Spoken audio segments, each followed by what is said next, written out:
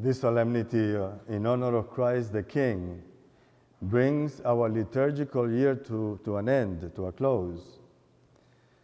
Next week is already Advent and the start of a new liturgical year, so it's our Catholic New Year. The Feast of Christ the King used to be celebrated on the last Sunday of October before the Feast of All Saints in order to display Christ as King of all the saints. Now this feast ends our liturgical year, and this Sunday is dominated by the familiar parable of the sheep and the goats. It is the very last parable Jesus tells in St. Matthew's Gospel. It is a grand and sweeping scene in which Jesus is pictured as a king. He is the King of Kings, the Lord of Lords. So at that moment, he's no longer going to be like that with outstretched arms, giving his life for us, giving it, because nobody takes it from him. No, at that time, he's going to be the judge. It describes a moment when all the nations will be gathered and everyone will be divided into two groups. And the whole human race will be gathered for that great judgment. So what is it that we mean by the whole of humanity, by the whole human race?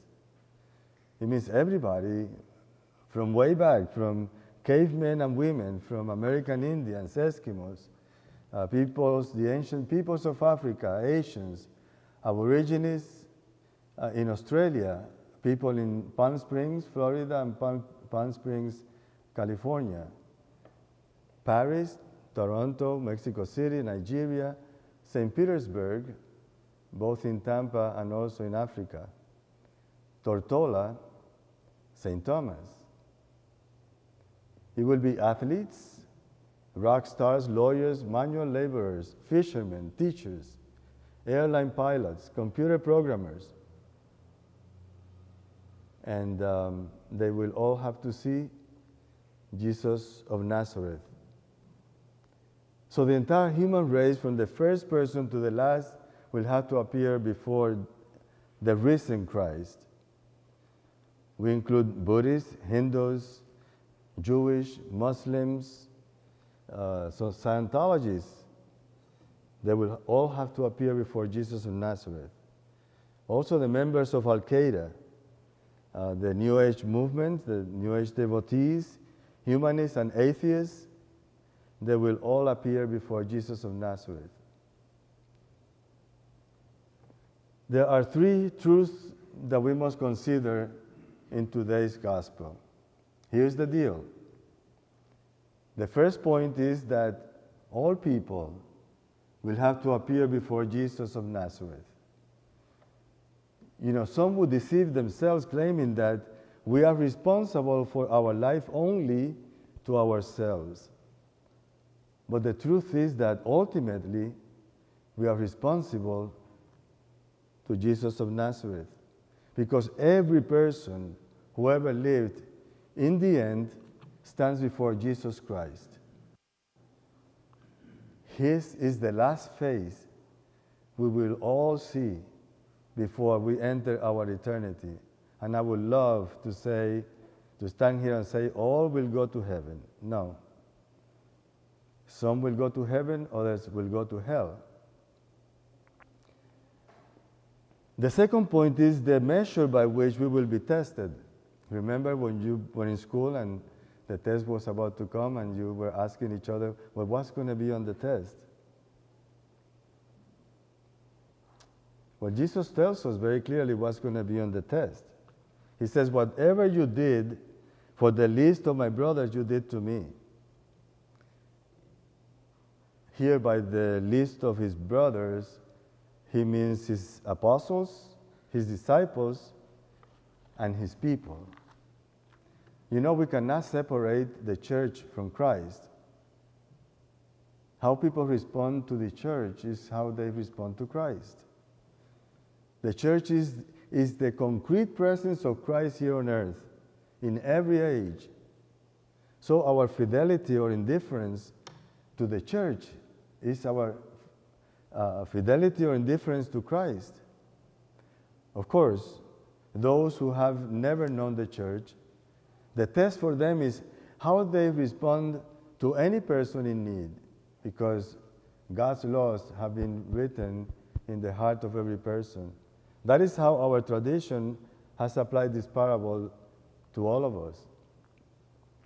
Now, this parable is not about philanthropy. It's about judgment, separating the phony, the fake, from the real.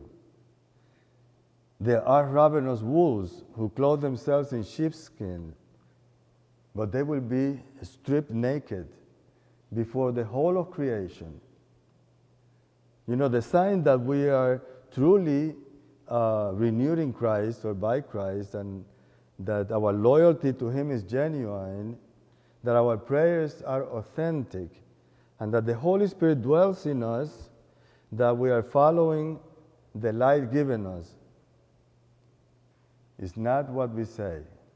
It's how we live. It's what we do. Specifically, we must ask the question, have we cared for the least among us through the corporal or the spiritual works of mercy? The third point is the most disturbing. The sin of those left out of the kingdom and sent to darkness. It's not that they cause harm to those in need, because they probably didn't cause their hunger or nakedness or imprisonment, although some very deceitful political platform do that and continue to do it. But probably the sin of most of the condemned is that they did nothing, absolutely nothing. They just turned the other way. And we will be judged not only for what we did, but as importantly, for what we failed to do. Now, doesn't this sound like a very effective act of contrition to practice every night? There's a young man who told me, Father, I was saying the night prayers as in the divine office, and the last thing that we say is, may the all-powerful Lord grant us a restful night and a peaceful death. And he says, and then it dawned on me, I'm going to die. I could die tonight. This is a truly majestic and challenging parable. It is first of all about Jesus Christ, who is the judge of history, but he's the judge of all history. He's the judge of every person's history. It's also about responsibility for another in body or spirit. And that is the most reliable thermometer of our loyalty to Christ. It is finally about the stark truth that we will be separated from God, not only for doing wrong, but for doing nothing. Whatever you do to the least of these, you are doing to me. What you fail to do for them, you fail to do for me. Jesus takes it very personal. With these words, the teaching of Jesus in Matthew's Gospel comes to a close. They are words that are both comforting and disturbing, because they teach us that the proof of how much we love the Lord, of how much He is in us, is found not in spiritual theatrics, but in how we treat others around us. Some say that it's hard to see Christ in others, and that may be so. But if we cannot see Christ in others, we can be Christ to others. Are we Christ to others or to anybody? Because the answer to this question tells the truth about us. How deep is our faith and about our eternal destiny? That is the proof. Are we Christ to others or to anybody? And if not, we always want hope. You know, this Sunday carries not only a word of warning, but also a word of hope. In her wisdom, Holy Mother Church gives us the liturgical cycle. Advent is right around the corner with the lift of a new beginning. Now, as a priest, whether you be a priest or the priest ordained or consecrated to be a bishop or pope, we cannot be silent. We cannot be complicit, because to be silent is to be complicit. So I must tell you about how do these perennial truths fare in today's world with the confusion of the present controversial elections. This really applies to the whole world. You know, the elections message is that Americans can no longer live as they always have. They must change.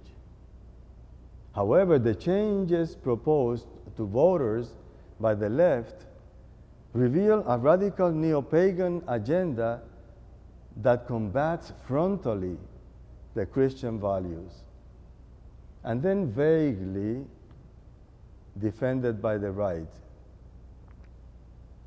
You know, just this past Tuesday, in the first reading from the book of Revelation, St. John tells us that the Lord spoke to him. He spoke to him this way: "To the angel of the church in Laodicea, write this: the Amen, the faithful and true witness, the source of God's creation, says this: I know your works. I know that you are neither cold nor hot. I wish you were either cold or hot. So because you are lukewarm, neither hot nor cold, I will spit you out of my mouth." I don't want to be the one Jesus spits out of his mouth.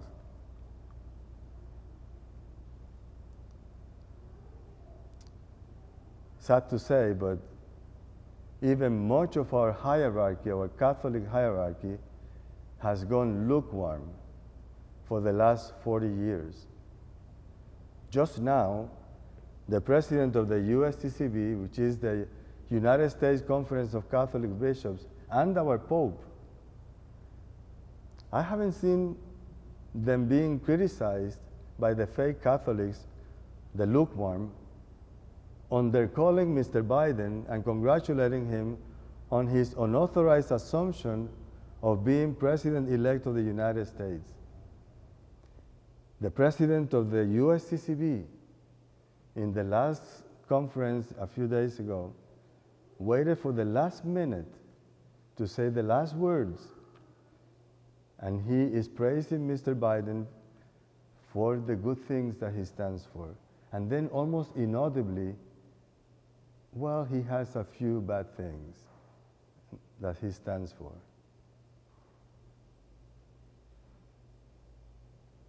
On the contrary, many priests and Archbishop Vigano are being punished for speaking the truth about the moral corruption of the leader of the left.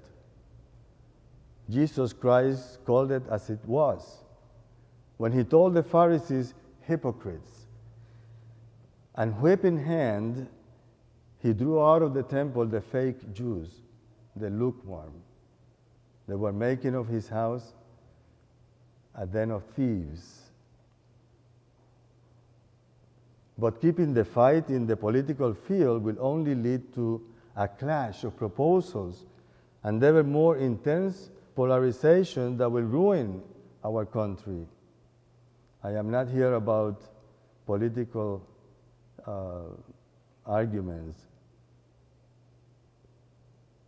I'm here about moral change that is needed. Therefore, political shifts back and forth will no longer work. Consider that vast numbers of Americans voted for candidates that support abortion not only in the womb, not only until the time of birth, but even after birth. Candidates who promote transgender operations, even for minors, even as young as 7, 8 years old. Imagine a boy or a girl that young being okay by the parents and being given money and taken to mutilate their bodies to be something that God did not make him.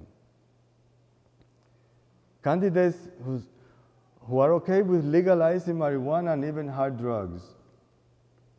All these measures enter into the mainstream of American life and change it radically, favoring the neo-pagan world that those on the left idolize. So what happens now? Well, the cultural war continues. The battle for hearts and minds and souls continues. Good Americans must continue to remind their wayward fellow citizens that America's problem is, above all, a moral problem. A profound cultural change is needed if the present crisis is to be resolved. So the debate must always be framed in moral terms. People need to take personal responsibility to change their behaviors, so that behavior will reflect Christian norms, to live according to the gospel of light, to the gospel of life, who is Jesus Christ, obedient to the Church of Jesus Christ. Because if we do that, then we will have social harmony and virtuous living. Not doing that leads to the hypersexualized, materialistic culture that corrupts all society and destroys the lives of individuals and families. I think I have told you that I am a sociologist. And so I used to teach, even outside of religion, that the nuclear family is the most important institution in society. And this neo-pagan culture wants to do away with the nuclear family. Americans can no longer keep living as they have always done, because those lives are increasingly sinful and destructive of the common good. Conversion to the 10 Commandments and Christian principle is the only solution. Nothing else can thwart the efforts of those on the left to convert everyone to a socialist tyranny, as it has done in every country where it establishes itself with disastrous outcomes. Jesus Christ and the popes, the magisterium, have always condemned socialism. Sometimes you have a problem with the philosophical aspects or whatever, theological aspects of anything I say here, please come and we will talk. Mr. John Harvard II is a scholar, a researcher, an educator, international speaker, and author of the book Return to Order. His writings have appeared worldwide, including the Wall Street Journal, the Christian Post, American Thinker, The Blaze, Crisis, Fox News, and the Washington Times, as well as other publications and websites. He gives more than 150 radio and TV interviews annually. And for more than 2 decades, he has been researching and writing about what's wrong, what has gone wrong with America's culture and economy. And this effort culminated in the groundbreaking release of his award-winning, the book I just mentioned, Return to Order. The subtitle of this book is From a Frenzied Economy to an Organic Christian Society: Where We've Been, How We Got Here, and Where We Need to Go. So why do I tell you about this gentleman? Mr.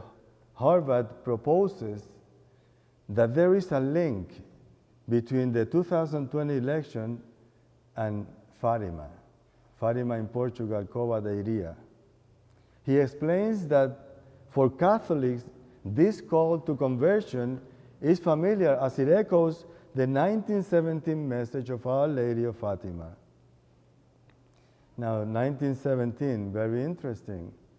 Around that time, in 1918, we have the Spanish flu, the pandemic, the terrible pandemic.